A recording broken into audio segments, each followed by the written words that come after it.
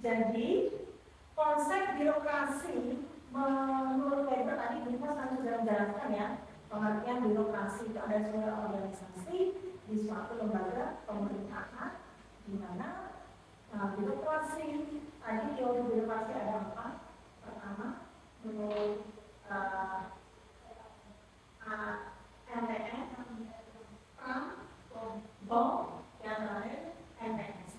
Yang sesuai dengan kita, negara kita, pemerintah kita hari ini adalah MPS, di mana Pak Jokowi kemarin Oktober kemarin itu ketika ulang tahunnya ini beliau memberikan statement di dalam pidatonya, jangan hanya birokrasi pemerintah ini ASN-nya sibuk dengan laporan-laporan yang hanya secari kertas.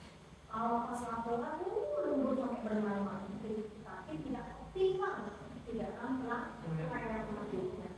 Ini yang tidak dilakukan oleh Jokowi. Sebagaimana teori yang dijelaskan tadi, ini teori yang keempat yaitu tentang teori birokrasi, yaitu MPS.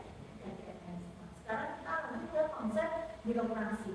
Di mana konsep birokrasi Max Weber ini beliau mengatakan seorang sosiolog besar ya. Max Weber ini adalah sosiolog besar asal Jerman yang memiliki tentang birokrasi yang telah menjadi sangat klasik dalam literatur akademisnya. Dan Weber menggunakan istilah birokrasi untuk menjelaskan semakin luasnya penerapan prinsip-prinsip birokrasi dalam berbagai organisasi di institusi organisasi. Sejarahnya Max Weber itu adalah Bapak sosiologi. Weber ini adalah seorang teoritis di dalam birokrasi pemerintahan. Sejarahnya Weber ini adalah seorang dokter, seorang dokter, tapi juga cerdas, pintar. Ibunya seorang pendeta, bapaknya sebagai orang birokrasi Jerman yang sangat umum, pejabat ya, pejabat di birokrasi pemerintah Jerman pada waktu itu. Ibu kan seorang pendeta. Beliau bertumbuh dengan bisa dari kecil, beliau hanya diasuh oleh seorang bapaknya. Bapaknya ini adalah seorang birokrasi ulung, pejabat tinggi. Ini ada tugasnya di dalam Weber terkenal dengan konsepnya mengenai kehidupan ideal bagi sebuah otoritas legal di dalam yang legal dapat diselenggarakan yang ada 4 atau 5, ada 4 ya, ada 8 yang menurut Max Weber ini sangat efektif di dalam tugas-tugas di birokrasi pemerintahan. Yang pertama yaitu tugas sebagai pejabat organisatoris yang dapat yang atas dasar aturan yang berkesinambungan. Maksudnya apa itu lima? Yaitu tugas pejabat diorganisir atau atas dasar aturan yang berkesinambungan. Jadi di dalam birokrasi itu yang diinginkan Max Weber karena Weber kan hidupnya seorang pendeta.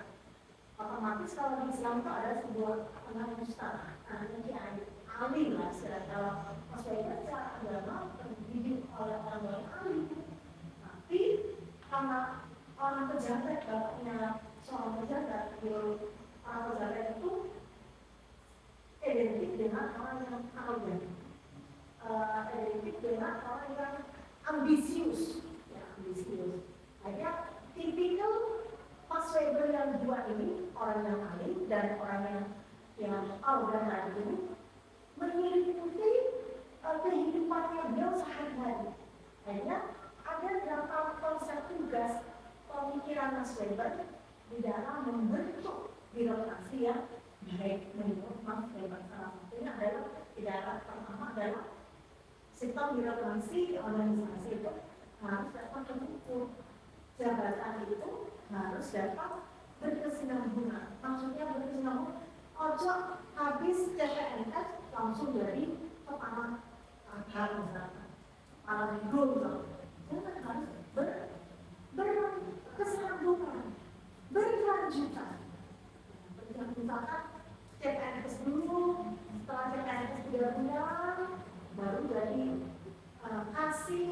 kasih kabar, setelah kabar kabiro akan sesuai dengan jenjang di dalam sistem pemerintahan. Next, yang kedua, tugas sebagai dibagi atas bidang-bidang yang berbeda sesuai dengan fungsinya yang masing-masing dilengkapi dengan syarat otoritas dan sanksi.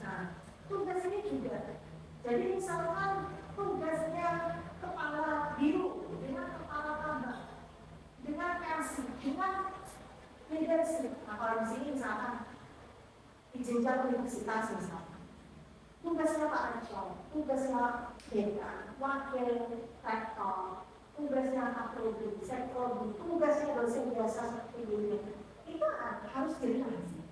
Nah, tugasnya tugas-tugasnya harus jelas. Ini yang kita harapkan Mas Weber di dalam suatu organisasi ini harus baik supaya organisasinya sehat. Ini juga nanti berdampak pada slavery. Nah, di sini akhirnya yang ketiga adalah jabatan-jabatan tersusun secara hierarki yang disertai dengan rincian hak kontrol dan pengaduan. Jadi di dalam cerita yang mungkin 1 sampai 8 ini masih ada yang betul. Ini 1 sampai 8 ini adalah Mas Weber menyebutkan sistem birokrasi di dunia ini adalah sistem birokrasi yang sehat, yang baik.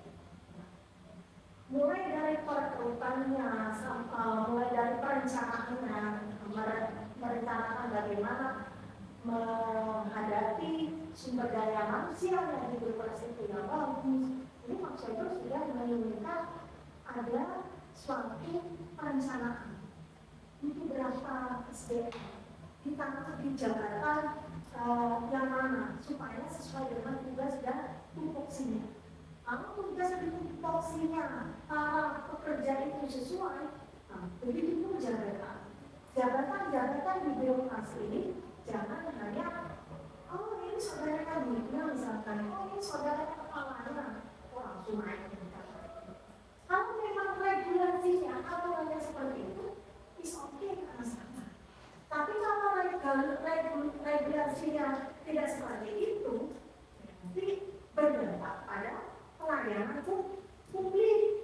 Pelayanan publik berdampak pada masyarakat tidak terpuaskan dengan pelayanan publik. Ini yang diinginkan oleh Mas Weber di sini.